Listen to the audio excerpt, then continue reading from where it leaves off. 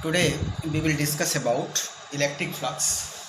Before discussing about electric flux, let's see what is the flux is. This flux word is taken from Latin language. Latin language, and its meaning is to flow. To flow. Before discussing about electric flux, let's see first what is water flux. Water flux.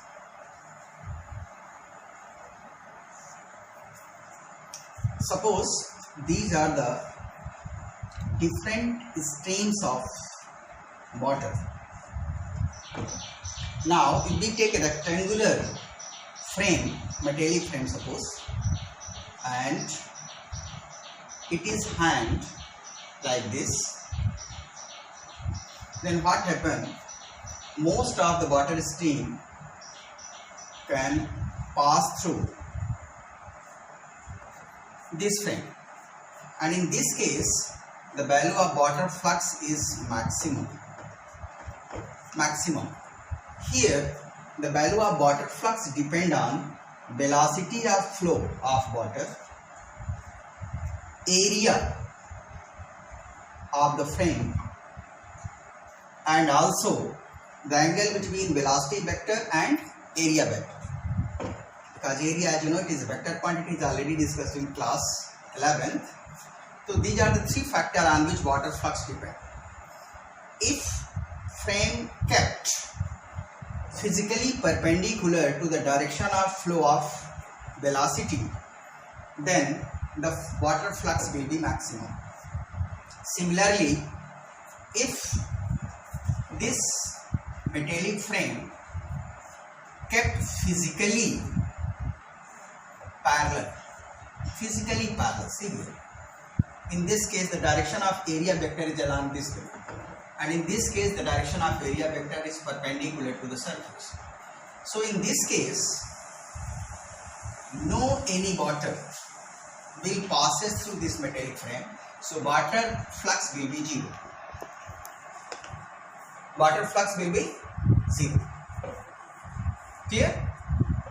So, the value of water flux depend on three factor: velocity, area, and angle between them. If velocity is more, then more water can flow through it within less time. If area is more, then more water can flow through it within less time. And if angle between velocity vector and area vector is zero, see here, this is the direction of this area, and this is the direction of velocity. Here velocity is parallel to area. In this case, water flux will be maximum, and here you see velocity of water is perpendicular to area of the frame, so therefore water flux is zero. Now come to the point, what is electric flux? Electric flux is the total electric lines of forces which passing through the surface of conductor normally, which is kept in given electric field, called electric flux. It is denoted by phi E,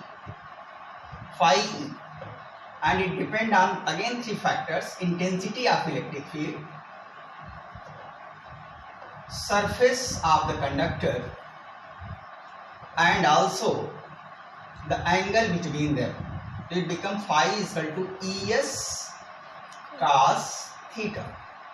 E is the intensity of electric field, S is the area of vector, the area of conductor, and theta is the angle between E and S. So suppose here it is electric lines of force of intensity E, and it is a conductor. Suppose its area is S and angle between them is theta. Then electric flux will be equal to Es cos theta. Es cos theta. What is its unit? is the intensity of electric field, and as you know, F is equal to QE, so E is equal to F by Q. F by Q into S. Unit of force Newton per Coulomb, area meter square. So it is Newton meter square per Coulomb. This is the unit of electric flux, and its dimension of force, as you know, it is ml t minus 2, meter square area, that is L2, charge current into time at, its dimension become m1 L3 t minus 3 a minus 1. Electric flux. Now its fundamental unit,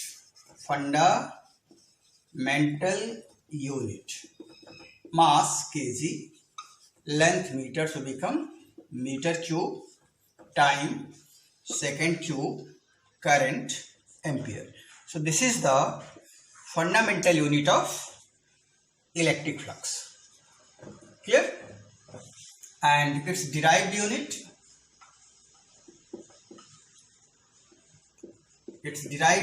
it was Newton per meter square, that is Newton meter square per Coulomb. Clear? So both are interrelated. Newton meter square per Coulomb, it is equal to kg meter cube per second cube ampere. Okay. About Gauss theorem. Gauss theorem.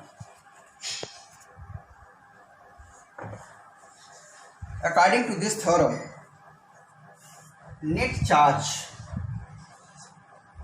the total electric flux linked with any closed surface, it is also called Gaussian surface, net closed surface, is equal to 1 upon epsilon 0 times of net charge enclosed in it. Total electric flux linked with any closed surface is equal to 1 upon epsilon 0 times of net charge enclosed in it. Suppose, for example, I am just taking now, suppose here it is a closed surface of any shape having charge Q1 minus Q2 plus Q3 minus Q4, and suppose here written Q5 also. This Q5 charge is out of the Gaussian surface or out of the closed Gaussian surface. So here net flux linked with this surface, it is equal to 1 upon epsilon 0 times of net charge, that is Q1 plus Q3 minus Q2 minus Q4. There is no any role of charge Q5.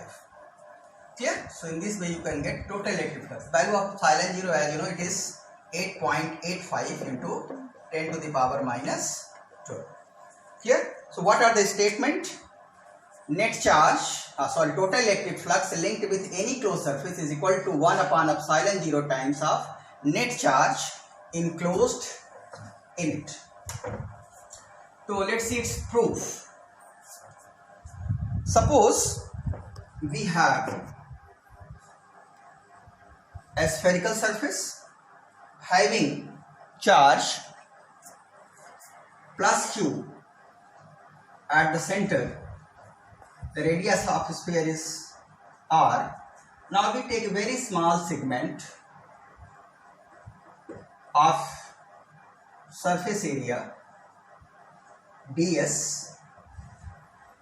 This plus Q charge will produce their own electric field. So what are the intensity of electric field at distance R? At distance R. And yes, it is E is equal to 1 upon 4 pi epsilon 0 Q by R square.